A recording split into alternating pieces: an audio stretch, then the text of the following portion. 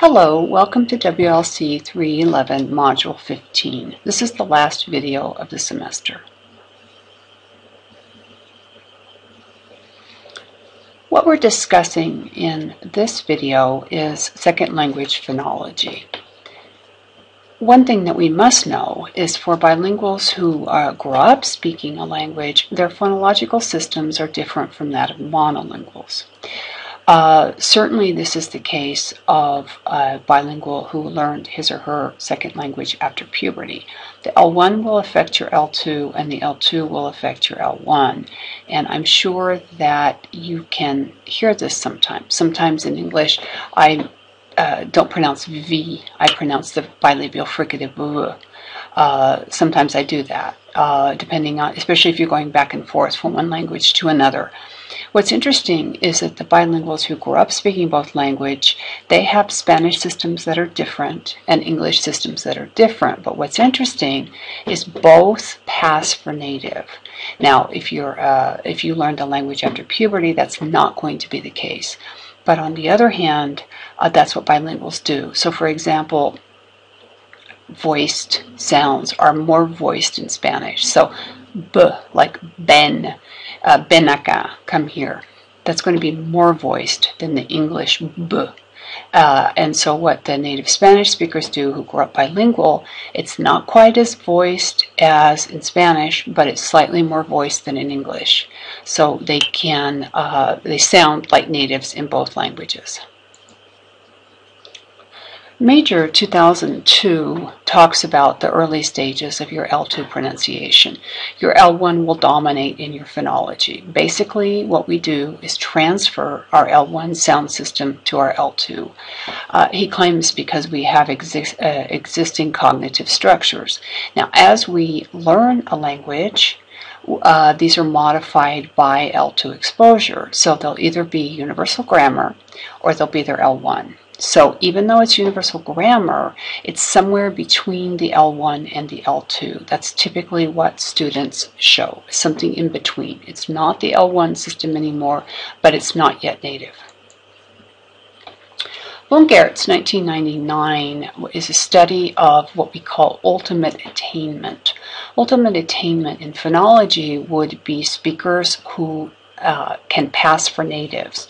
In his studies, the speakers had to do many things. They had to read paragraphs, they had to read words, and they had to have free conversation. That's extraordinarily rare, but it can happen. So as a group, the L1 speakers obviously were taken as native and the L2 speakers were taken as non-native.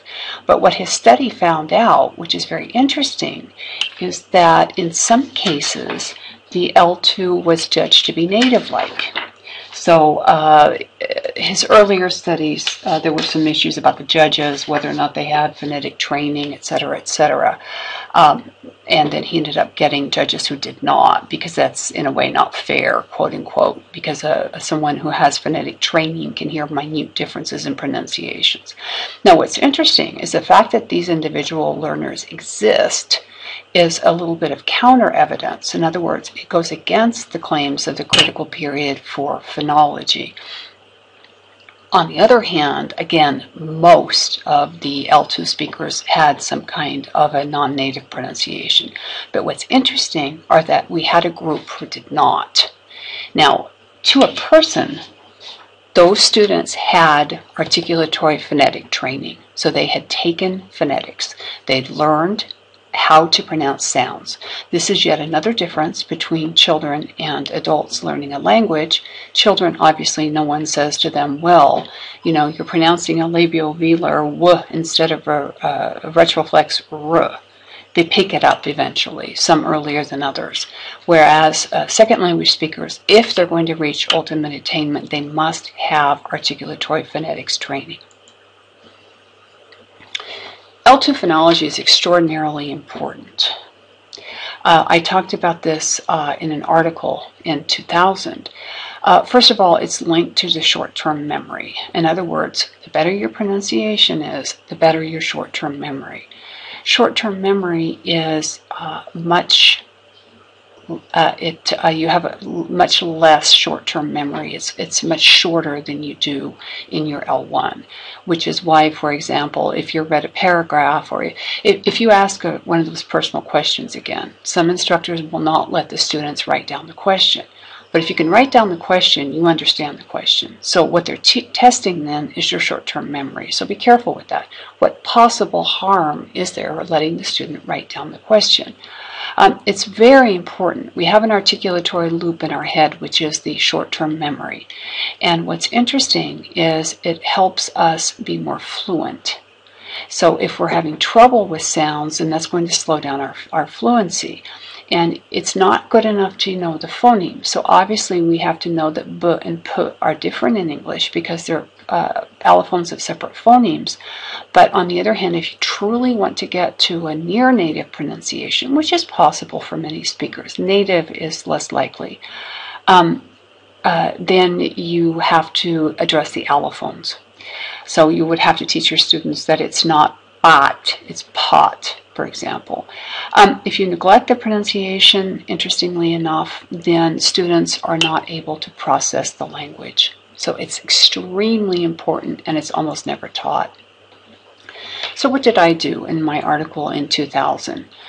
I started out by reviewing previous approaches to pronunciation, and basically none of these had them. Grammar translation, communicative, don't have that. Audiolingual, on the other hand, interestingly enough, accorded great attention to pronunciation. So there was a textbook called Modern Spanish produced by the MLA, and they had an introductory chapter that was exclusively articulatory phonetics and at a pretty specific level. But typically, and this is interesting, we have the communicative approach, which we talked about in class, and there's almost no emphasis on pronunciation, but it's extremely important, which is what I discussed. First of all, if we have formal instruction, that's going to help students reach native, it's going to help students speed up their articulatory loop. It's going to help many things, and we must give formal instruction. We talked about that they will not improve their pronunciation. Accented speech is not neutrally received. Do you react the same if someone's speaking to you with accented speech or non-accented speech? Again, most students are not going to reach the point of ultimate attainment, but they certainly will improve their pronunciation. Students care about pronunciation. Students who don't have accurate pronunciation feel self-conscious, and I think all of you can think that.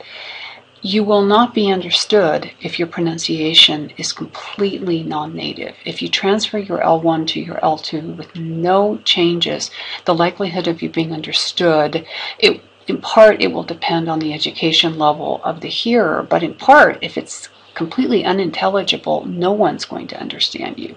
So you need to understand them, which will help. You will be helped if you had phonetic training, but also they need to understand you. So I talked about a phonetics program for first-year Spanish classes in this article.